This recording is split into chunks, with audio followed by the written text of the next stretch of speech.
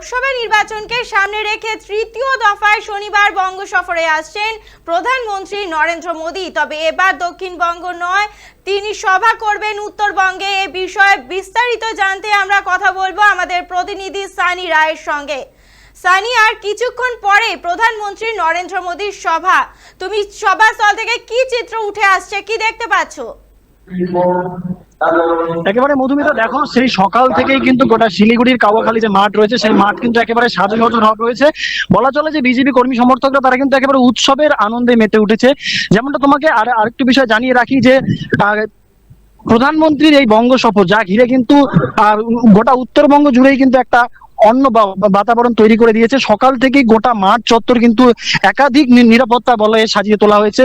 রাজ্য পুলিশের পাশাপাশি কিন্তু রাখা হয়েছে একাধিক ফোর্স এখানে মোতায়েন করা হয়েছে। যেমনটা দেখা যাচ্ছে যে মূল প্রবেশদ্বার যেখান দিয়ে সাধারণ যারা কর্মী সমর্থকরা রয়েছেন, যারা প্রধানমন্ত্রীকে দর্শন, যারা দেখতে আসবেন, যারা প্রধানমন্ত্রীর সভায় আজকে যে যোগাযোগ দেবেন, তাদের জন্য কিন্তু যাবতীয় ব্যবস্থা এখানে রাখা রয়েছে। প্রথমেই কিন্তু তাদেরকে সিসিটিভি আওতায় নিয়ে আসা হয়েছে, তারপরে কিন্তু যাবতীয় চেকিং এর মাধ্যমে এখানে কিন্তু তাদেরকে ভিতরে প্রবেশ করানো হচ্ছে। এবং ইতিমধ্যেই বেলা যতটা ঘনিয়ে আসছে ততই কিন্তু লোকের জমায়েত কিন্তু বাড়তে চলেছে। এবং পাশাপাশি তোমাকে জানিয়ে রাখবো যে ইতিমধ্যেই কিন্তু শিলিগুড়ির বেশ কয়েকটি এলাকা কিন্তু যানজটের সৃষ্টি হয়ে গিয়েছে, যেহেতু শিলিগুড়ি যে কাউয়াখালী মাঠ, যে ময়দানে আজকে প্রধানমন্ত্রী এই সভা, সেই সভা আসার যে রাস্তা, সেই রাস্তা কিন্তু একদিকে উত্তরবঙ্গ মেডিকেল কলেজ এবং অন্যদিকে কিন্তু যে মূল জাতীয় সড়ক রয়েছে সেই সড়ক, এই দুই রাস্তায় কিন্তু যথেষ্ট আঁটোসাঁটো, এবং যার কারণেই কিন্তু জমায়েত বাড়তে চলেছে। এবং মূল মঞ্চ ইতিমধ্যেই কিন্তু পরিপূর্ণভাবে সাজিয়ে তোলা হয়েছে।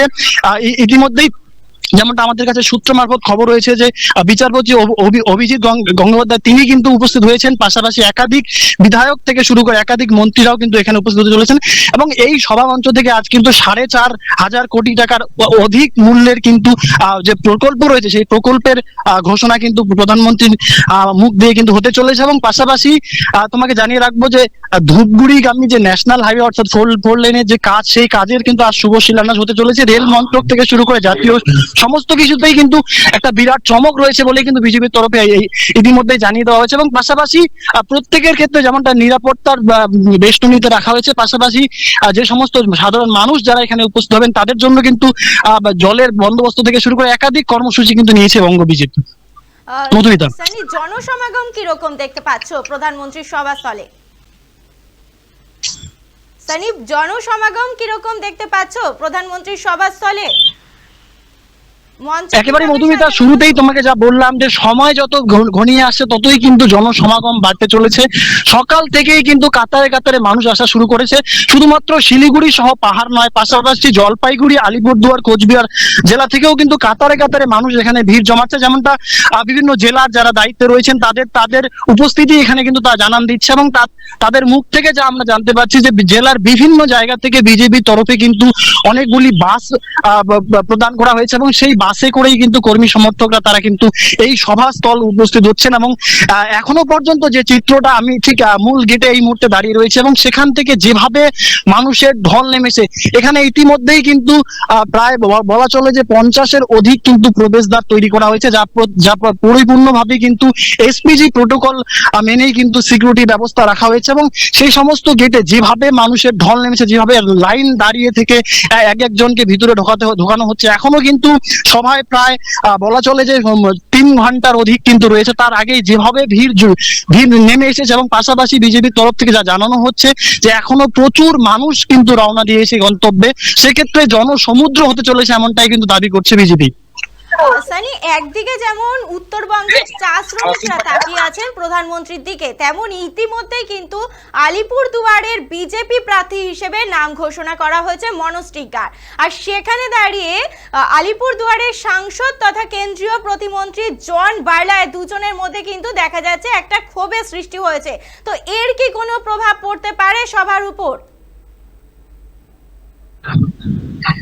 একেবারে দেখো, আমরা গত কয়েকদিন ধরেই কিন্তু যে খবর সম্প্রচার করছি যে একদিকে যখন বঙ্গ বিজেপির তরফ থেকে কিন্তু যখন উত্তরবঙ্গের যে আলিপুরদুয়ার লোকসভা রয়েছে সেই লোকসভায় যখন মনোজ টিগ্গার নাম উঠে আসে প্রার্থী হিসেবে, তারপরেই কিন্তু ক্ষোভ উগরে দিতে দেখা যায় কেন্দ্রীয় প্রতিমন্ত্রী জন বার্লা। এবং জন বার্লা ইতিমধ্যেই কিন্তু গতকালকের যে খবর রয়েছে, তিনি কিন্তু ডুয়ার্সের বিভিন্ন দেবালয়গুলিতে তিনি কিন্তু no vote for Manoj Tigga তিনি ব্যানার কিন্তু টাঙিয়ে দেওয়া হয়েছে এবং জন বাল্লার সাপোর্টেই কিন্তু একাধিক নেতৃত্বকে দেখা গিয়েছে। সে জায়গায় দাঁড়িয়ে আজকের এই জনসভায় ইতিমধ্যেই কিন্তু বঙ্গ রাজনীতিতে কানাঘোষা শুরু হয়ে গিয়েছে যে তবে কি জন বাল্লা তৃণমূল কংগ্রেসে যোগদান করতে চলেছে, কারণ যেভাবে তিনি মনোজ টিগ্গার বিরুদ্ধে তিনি রুখে এবং তার প্রার্থীপদ প্রত্যাহারের দাবি রাখছেন, সে জায়গায় দাঁড়িয়ে কিন্তু আজকের এই উপস্থিতি যদি জন বাল্লা আছে এই সভাস্থলে উপস্থিত না হয়ে থাকে তবে কিন্তু তৃণমূল কংগ্রেসের তরফ থেকে যেমনটা জানানো হয়েছিল, তবে কোনো অংশে তারা এটা পরিষ্কার যে তিনি কিন্তু তৃণমূল কংগ্রেসে যোগদান করতে চলেছে, এমনটাই যেমন কানাঘোষা চলছে তা বাস্তবায়ন রূপ নিতেও কিন্তু সময় লাগবে না বলে দাবি করা হচ্ছে রাজনৈতিক মহলে।